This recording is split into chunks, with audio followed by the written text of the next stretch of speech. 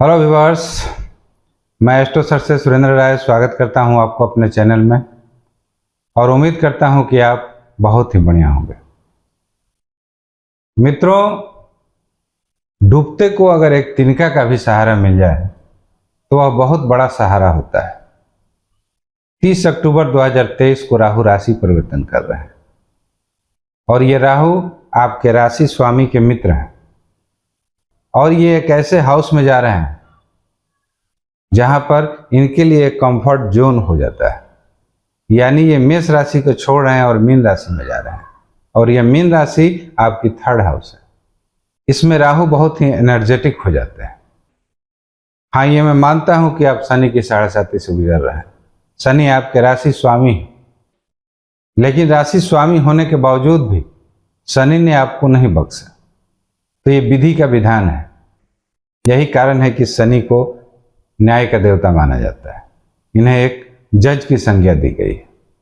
तो हमारा ये भी भ्रम रहता है कि जब शनि की 7.5 आती है, ढैया आती है या महादशा से जब लोग गुजरते हैं तो सारा दोष शनि के ऊपर ही थोप देते हैं कि जो कुछ मेरे साथ घटित हो रहा है शनि के चलते ही हो रहा है।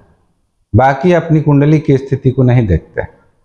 तो खैर, मैं ये नहीं जानता कि आपके कुंडली में और बाकी ग्रह कैसे बैठे हुए हैं, लेकिन गोचर के हिसाब से अगर देखा जाए तो मुझे इतना पता है कि साल के प्रारंभ होते ही आपके राहु शनि की दृष्टि में आ गए थे, वो अभी तृतीय दृष्टि में, और शनि वहां तृतीय दृष्टि डाल रहे थे जहां पर उनके लिए नीच की राशि हो जाती। हो सकता था कि इससे कुछ अच्छा पॉजिटिव रिजल्ट ये देते, लेकिन शनि के तृतीय दृष्टि की वजह से ये राहु शुभ फल नहीं दे पा रहे थे।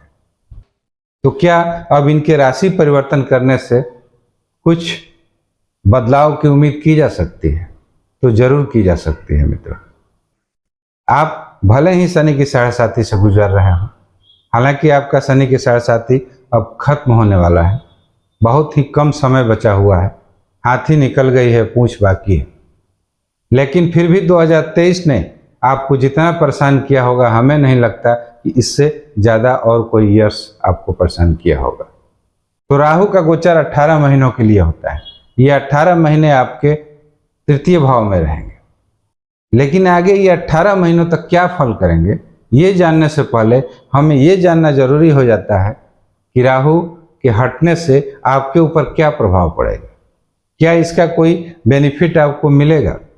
तो जरूर मिलेगा मित्र, क्योंकि ये सिर्फ चतुर्थ भाव से ही नहीं हट रहे हैं, बल्कि शनि की दृष्टि से भी हट रहे हैं।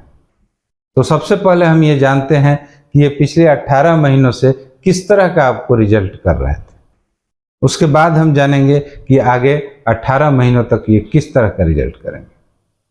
तो मित्रों, ये 18 महीनों से राहु आपके चतुर्थ भाव में बैठे हुए थे।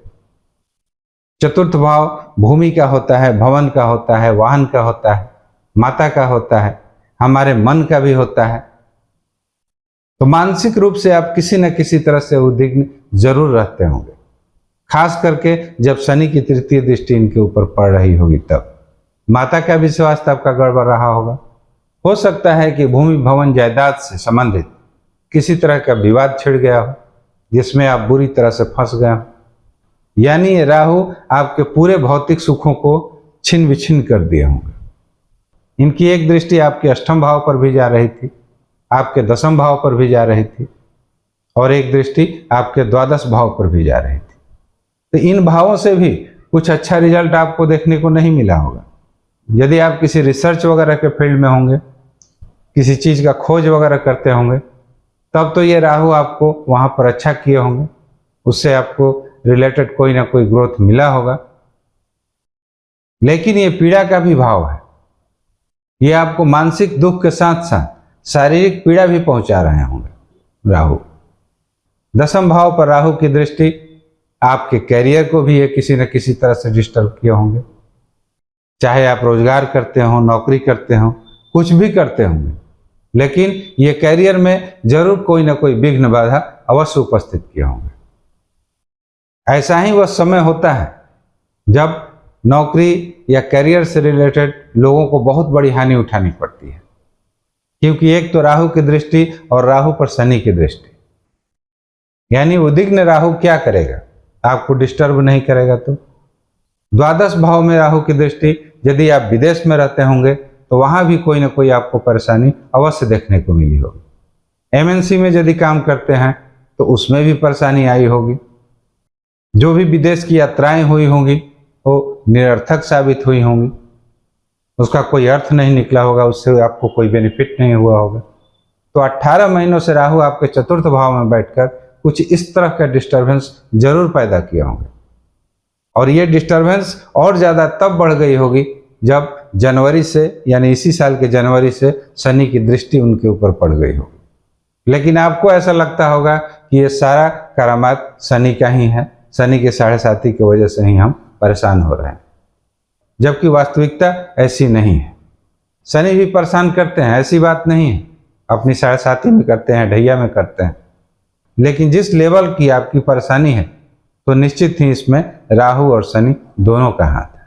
तो इस 30 अक्टूबर के बाद जब राहु राशि परिवर्तन कर जाएंगे तो इन सब परेशानियों से आपको अवश्य रिलैक्स मिलेगा, आप मानसिक रूप से खुशहाल रहने लगिएगा। अब आइए हम देखते हैं कि जब ये 3rd हाउस में जाएंगे तो क्या फल करेंगे। तो मित्रों, जैसा कि मैंने अभी कहा कि 3rd हाउस राहु के लिए बहुत ही उत्तम हाउस है। 3rd हाउस साहस का हाउस है, पराक्रम का हाउस है, पुरुषार्थ का हाउस है। तो अब आपको ये एक साहस पैदा करेंगे, आप में एक एनर्जी भरेंगे, तो आप अपने पुरुषार्थ के बल पर आप अपने सारे दुखों का अंत कर सकते हैं। इतनी क्षमता आप में ये राहु देंगे। भले ही शनि की 7.5 न उतरे अभी, लेकिन आपको ऐसा लगेगा कि शायद अब मेरी शनि की 7.5 उतर गई है, क्योंकि ग्रहों का प्रभाव तो मन पर ही होता है, आपके इंटरनल एनर्जी पर ही होता है। तो जब राहु आपके मन को खुशहाल रखेंगे, आपके अंदर इंटरनल एनर्जी भरेंगे, तो निश्चित ही आप अपने जीवन पथ पर अग्रसर हो जाइएगा।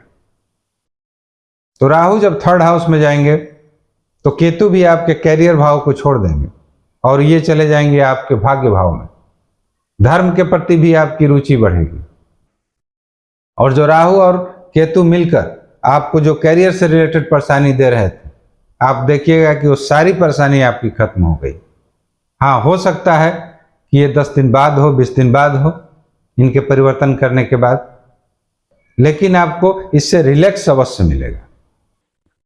आपको केतु धार्मिक यात्राएं भी करा सकते हैं, धर्म के प्रति रुचि पैदा करेंगे, क्योंकि केतु का स्वभाव वही है जो एक बृहस्पति का है। ये व्यक्ति को धर्म से जोड़ते हैं। ये जिस भाव में भी बैठते हैं उसमें थोड़ी सी कमी अवश्य लाते हैं। ये यही चाहते हैं कि आप ईश्वर की आराधना करें, आप ईश्वर के पैरों पर गिरे, तब मैं आपको जाकर उचित फल दूं। इनकी एक दृष्टि आपके 7म भाव पर भी जा रही है, एक दृष्टि आपके लाभ भाव पर भी जा रही है। तो इनकम तो आपको ये देंगे, लेकिन थोड़ी सी आपको सावधानी बरतनी होगी, क्योंकि ये राहु है। और दुनिया में आज के लोग जितने भी उच्च लेवल के अमीर हैं, वे कहीं ना कहीं राहु के आशीर्वाद से हैं। हाँ, ये अलग बात है कि राहु कभी कभी गलत मीन्स से भी पैसा देते हैं, ध्यान आपका उस तरफ भी ले जाते हैं। तो आपको अपने आप के ऊपर कंट्रोल करना है, सिर्फ यही चीज को लेकर, क्योंकि ये पैसा तो देंगे, आपके एकादश भाव में देख रहे हैं, लेकिन वो पैसा कहीं गलत तरीके से ना आए, इस पर आपको थोड़ा सा ध्यान रखना है। बाकी ये हर तरह से राहु आपको बेनिफिट पहुंचाएंगे। हाँ, थोड़ा सा आप अपने पति पत्नी के रिश्ते को संभाल कर रखिएगा, क्योंकि 7म भाव पर भी आपकी राहु की दृष्टि पड़ रही है। आप अपने पति या पत्नी में किसी भी तरह की कमजोरियों को खोजने की कोशिश मत कीजिएगा। थोड़ा सा लड़ाई झगड़े से दूर रहिएगा, यानी रिश्ता आपका कैसे अच्छा बना रहे, अभी आपको सोचना है, क्योंकि राहु की दृष्टि पड़ रही है। थोड़ा सा इसमें ये राहु डिस्टर्बेंस ला सकते हैं। मैं आपको डरा नहीं रहा हूं, बल्कि एक चेतावनी दे रहा हूं। तो आपको इसके लिए कुछ विशेष उपाय करने की जरूरत नहीं है। वहां पर आपकी कर्क राशि है, आप थोड़ा सा कर्क राशि को बलि कीजिए। और कर्क राशि को बलि करने के लिए सबसे अच्छा उपाय है कि आप ओम नमो भगवते वासुदेवाय का जप करें, विष्णु भगवान की पूजा करें। आप देखिएगा कि आपके रिश्ते अच्छे रहेंगे। ये 18 महीने राहु डिस्टर्ब नहीं कर पाएंगे किसी भी तरह से। तो मित्रों, आप मकर राशि के हैं, आपके ऊपर शनि की 7.5 का अंतिम फेज चल रहा है। तो इस राहु के राशि परिवर्तन के साथ साथ ही अब आपका समय परिवर्तन करने वाला है। यूं समझ लीजिए कि यहां से अब आपकी शुरुआत होने वाली है 30 अक्टूबर के बाद से, और ये धीरे धीरे आपका जो भी तकलीफ था, आपका जो भी परेशानी थी, वो खत्म होते हुए ही नजर आएगी। तो मित्रों, राहु का परिवर्तन आपके जीवन में जरूर बाहर लाएगा। तो आज के लिए इतना ही। यदि मेरे वीडियो का कंटेंट अच्छा लगे तो कृपया लाइक, शेयर और सब्सक्राइब जरूर करें। मिलते हैं एक नए वीडियो के साथ। Thanks for watching. नमस्कार।